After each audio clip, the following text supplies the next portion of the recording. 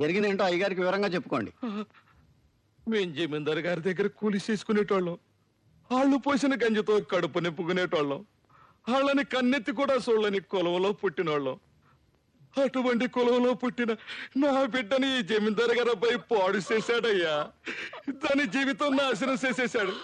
ధర్మ ప్రభులు దానికి తండ్రివి నీ మాటలేలా నమ్మడం? వేరే సాక్షులు ఎవరైనా ఉన్నారా? నేనున్నాను బాబాయ్. నువ్వు ఆ పిల్లకి ఏమవుతావు? మేనమామనండి. నీ సాక్ష్యం చెల్లదు. నేను కల్లారా చూసానయ్యా. నువ్వు ఆ పిల్లకి చుట్టానివేనా? మాది బాగా దూరపు చుట్టరికం, పిన్ని వరుస. దూరమైన దగ్గరైన బంధుత్వం బంధుత్వమే. నీ సాక్ష్యం కూడా చెల్లదు. వీళ్లతో ఏ రకమైన చుట్టరికం లేని వాళ్ళు, జరిగిన అన్యాయాన్ని కళ్ళారా చూసిన వాళ్ళు ఎవరైనా ఉంటే ముందుకొచ్చి సాక్ష్యం చెప్పొచ్చు.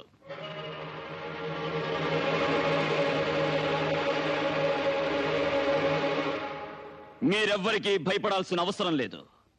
మనమందరం భయపడాల్సింది ఆ భగవంతుడికి, మన మనస్సాక్షికి. చెప్పండి.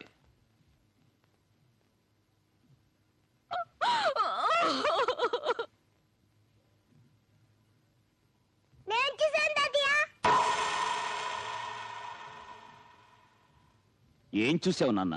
ఈ మామ ఈ అక్కని భుజం పైన వేసుకొని తీసుకెళ్ళాడు.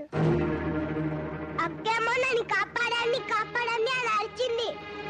నేను వాళ్ళ నీతి లేని కుక్క. మన కింద పనిచేసే వాళ్ళకి తిండి బట్ట ఇచ్చి అండగా నిలబడి ఆశ్రయం ఇవ్వడం యజమానిగా మన ధర్మం. అలాంటిది నిన్నే నమ్ముకుని నీ పంచన పడున్న వాళ్ళ పడకనే పంచుకున్నావంటే మృగానికి నీకు తేడా లేదు. అయ్యా, గుళ్ళోకి వెళ్ళి అమ్మవారి పసుపు తాడు పట్రా. అట్టగలయ్యా. ఇదిగో అమ్మాయి, ఇలా రా. తీర్పు. నీ తీర్పు మార్చు. అయినా ఇలాంటి అలగాజనంతో ఆడుకోవటం మాలాంటి జమీందారులకు మామూలే. నేను నీ చెల్లెలు భర్తని. వీడు మాకు పుట్టిన బిడ్డ. కాస్త ముందు వెనక ఆలోచించి తీర్పు ఇవ్వడం నేర్చుకో. ఆపరా ఆపరా ఆపరా ఆపరా ఆపరా. అంతకు మించి ఒక్క మాట ఎక్కువ మాట్లాడితే నీ నాలుక చీరేస్తాను. నా కళ్ళల్లోకి సూటిగా చూసి మాట్లాడడానికి భయపడే నువ్వు నా తీర్పుకి ఎదురు చెప్తావా? ప్రాణాలు తీస్తాను. బంధాలు బంధుత్వాలు కాదురా నాకు కావలసింది. నాకు కావలసింది నీతి, న్యాయం, ధర్మం. పుట్టిన పుట్టుక కాదురా ముఖ్యం. నాకు ముఖ్యం జరిగిన అన్యాయం, జరగాల్సిన న్యాయం. తీరా తాళి కట్టరా వెళ్ళి.